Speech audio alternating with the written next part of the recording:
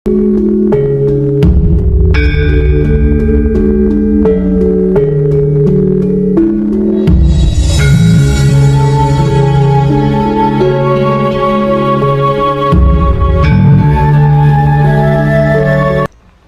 itu adalah Adamnya bangsa Nusantara ini.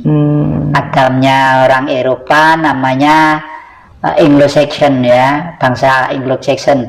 Adamnya orang Negro ada sendiri, Adamnya orang Cina namanya Julaihud, Adam kita namanya Bodronoyo ya. Bodro itu matahari, Noyo itu cahaya. Jadi manusia Indonesia sebenarnya adalah tercipta dari sinar matahari. Karena apa? Karena Sang Maha pada waktu membuat permainan yang namanya bumi, saya anggap itu permainan oleh beliau. Ya, beliau mewujudkan dirinya harus berbentuk titah, lalu menjadi manusia ini. Makanya Semar itu digambarkan perutnya besar, bokongnya besar, bunder gini ya. Itu artinya apa? Dan matanya rembes. Artinya bumi itu selamanya memang untuk manusia. Oleh karena itu manusia harus menjadi front terdepan keteladanan yang harus menjaga ekosistem dan kepada kehidupan yang lainnya, termasuk binatang, termasuk mengerti tentang gaib ya. Gaib harus mengerti, karena gaib ada sebelum ada manusia. Bumi diciptakan untuk menjaga ekosistem, menjaga gunung, menjaga api, menjaga hutan, menjaga bambu-bambu, menjaga sumber-sumber. Gaib diciptakan dulu. Ada maha gaib, ada gaib. Maha gaib misalnya Ibu Ratu Mas Laut Selatan ya, orang Cina menyebut Dewi Kuan Im. Kalau di Alkitab disebut the Queen of the South Sea, dari seorang ratu di Laut Selatan gitu lah. Teman saya Jerry dari Jerman itu sekarang itu lagi mendekat dengan beliau supaya beliau mengukuhkan nanti kalau di Nusantara itu sudah ada seorang raja yang bijak, supaya sang ibu nanti ikut menjaga. Dan dia benar juga, Bung Karno selalu ke sana, kerajaan Yogyakarta, kerajaan Solo selalu membuat Songgo Buwono, yaitu untuk pertemuan dengan beliau. Pertemuan itu bukan porno, temu rasa, termasuk membuat sesuatu. Makanya kesakralan keraton-keraton itu masih ada gitu. Iya. Terus ini yang apa tuh namanya, ada yang tanya, jenengan kan selalu belajar tentang banyak kitab itu dari beberapa atau lintas agama lah barangkali. Bagaimana yang Jatikusumo menyikapi fanatisme di dalam beragama? Begitu orang beragama mulai fanatik, disitulah dia akan gagal mencapai Tuhan. Karena orang masuk agama itu sebenarnya belajar mencari Tuhan. Kalau sekolah ya harus lulus. Kalau udah lulus tuh cirinya apa? Bertuhan. Kalau sudah bertuhan, tidak ada skat ya, tidak ada sekat, tidak ada kelompok dan golongan. Besok kalau mati itu enggak, Sang Maha Pencipta, kamu agamanya apa? Ayo sana, kaplingmu sana, kamu sana, kamu sana. Kamu orang Islam apa? Apa aliranmu apa? Mazhabmu apa? Nasrani, Kristen apa Katolik, gerejamu di mana? Enggak seperti itu udah gak ada. Itu semua adalah buatan manusia supaya hidup ini berbudaya, beradab. Lah, wong belajar beradab kok gak lulus, ya keliru toh. Yang enak bertuhan. Saya itu belajar untuk bertuhan, artinya apa? Ya cinta kasih kepada semuanya. Dan saya membangun rumah ini, membangun perdepoan di Singosari yang sedemikian besarnya. Mungkin Mas Hendra nggak percaya, tapi buktinya ada, adik saya masih hidup. Saya itu dibantu apa? Dibantu genderuwo. Aneh ya, lo genderuwo kok bantu? Kalau begitu musyrik sirik ya Romo. Ya terserah kowe nyebut apa, terserah, buktine ono kok ya. Umpama saiki didolok payu berapa M tempat saya itu, ini berapa M semuanya itu ya. Nah, tapi semuanya tuh enggak sengaja untuk membeli duit dari mana saya ya. sisa pensiun dipotong kredit itu semua. Waduh, rumah saku kayak hiper-rentenir deh. Iya, luar biasa. Berarti secara eksplisit orang beragama belum tentu dia bertuhan dong? Belum tentu, masih berjalan untuk bertuhan ya. Oleh karena itu sudahlah, tapi ya tetap baik, tapi ya itu harapan saya segeralah lulus, karena titik terakhir peradaban manusia secara global ini kelihatannya dari 20 ke 21 nanti itu ada gejala-gejala bacaan alam kok mengerikan ya, mengkhawatirkan gitu. Jadi gejala itu ada ya? Ya, ya itu tadi yang ikan-ikan di laut, termasuk ikan paus itu gelisah semua sekarang itu. Dan binatang tuh biasanya lebih peka dari manusia tentang alam. Dan yang jadi memberikan saran ya ngurangi makan, ngurangi tidur ya, supaya selamat dari garu yang lewat itu tadi gitu ya, yang ya garu yang lewat.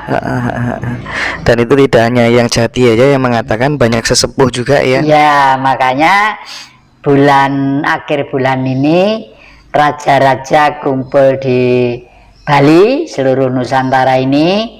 Saya juga berangkat ke sana nanti. Itu misinya apa? Mengalternatif ya, membuat alternatif solusi minimal mengatasi kalau sesuatu hal terjadi. Kerajaan besar atau kecil, termasuk kepala-kepala suku adat, umumnya itu yang masih dekat dengan alam dan rakyat.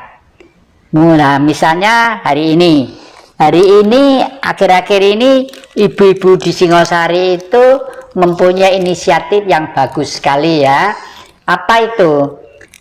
Indonesia itu banyak rempah-rempah, daun-daun dan pohon-pohon yang sebenarnya obat. Lalu ibu-ibu kumpul membuat rokok obat ini masih diurus karena ibunya yang membuat inisiatif itu berangkat dari daerah Tulungagung, sangat fanatik dengan daerahnya. Rencananya itu mereknya itu Baru Glinding. Ini masih untuk kalangan sendiri, belum boleh dikeluarkan. Dan saya punya sakit jantung, menghisap rokok itu kok enteng gitu rasanya. Saya padahal selamanya tidak merokok, dalang pun semalam tidak merokok. Oh, bapak saya tuh keras, kalau saya tahu megang rokok tuh pecut kuda itu tehyer gitu. Dan saya pernah siap mati hanya demi adik-adik saya, tapi saya akui bapak saya tuh keras. Cuma kerasnya itu saya kasihan adik saya yang putri-putri itu. Adik saya tuh cantik-cantik putri-putri. Kalau adik-adik saya tuh dolan itu ndak jelas, ndak karuan untuk kemana, itu pecor iya tuh, saya kan kasihan. Suatu saat saya waktu itu masih SMP kelas 2, daripada adik saya SMA kelas 2, daripada adik saya itu dipecutin kayak gitu ya. Bapak itu keras banget, itu saya coploki badan semua. Baju saya itu saya bilang, bapak tolong bapak saya dicambuk sampai saya mati, Pak. Pokok adik saya jangan, saya cinta pada adik-adik saya itu putra bapak gitu. Sejak itu bapak menjadi sabar, padahal bapak itu seorang pejuang yang keras, seorang pejuang yang pernah menghimpun kekuatan desa untuk melawan Belanda pada waktu itu. Hidupnya selalu mendapat fitnah, selalu mendapat olok-olok, sampai pernah ngamen ke sana kemari untuk menghidupi anak-anaknya.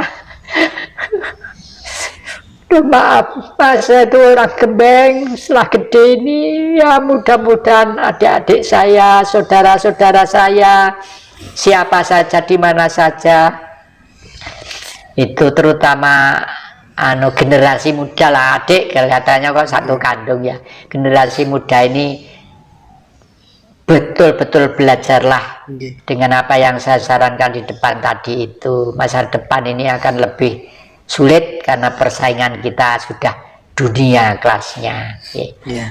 Yang tentang misteri hilangnya kerajaan Majapahit tanggapannya bagaimana? Bagaimana? Tentang misteri hilangnya kerajaan Majapahit.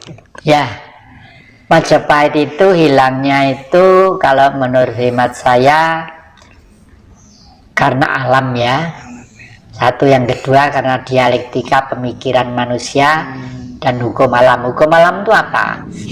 Hitungan zaman itu sudah jelas, hari ada 7 bulan, 7 bulan. Wong Jawa nyebut pitonan. Ada pitung tahun windu, ada 70 tahun rata-rata umurnya manusia. Ada 700 tahun, mau tidak mau harus ganti zaman. Ya, mau tidak mau harus ganti zaman. Majapahit pun sadar tahun 100 tahun itu sekitar 1400 berapa itu ya, Majapahit terakhir itu ya. Mau tidak mau zaman memang harus ganti ke zaman modern ini. Makanya dan Bung Karno sebenarnya sudah menggantikan bangsa ini menjadi bentuk kerajaan, meskipun namanya presidentil ya, presiden yang memimpin presiden, tapi punya perdana menteri. Nah, inilah yang tidak dikehendak oleh Barat. Belum ada perdana menteri, Juanda, ada perdana menteri ini, menteri inilah. Karena apa? Karena kalau perdana menteri yang melaksanakan dinamika politik salah, hak veto dari presiden itu ada. Kalau sekarang ini tidak ada.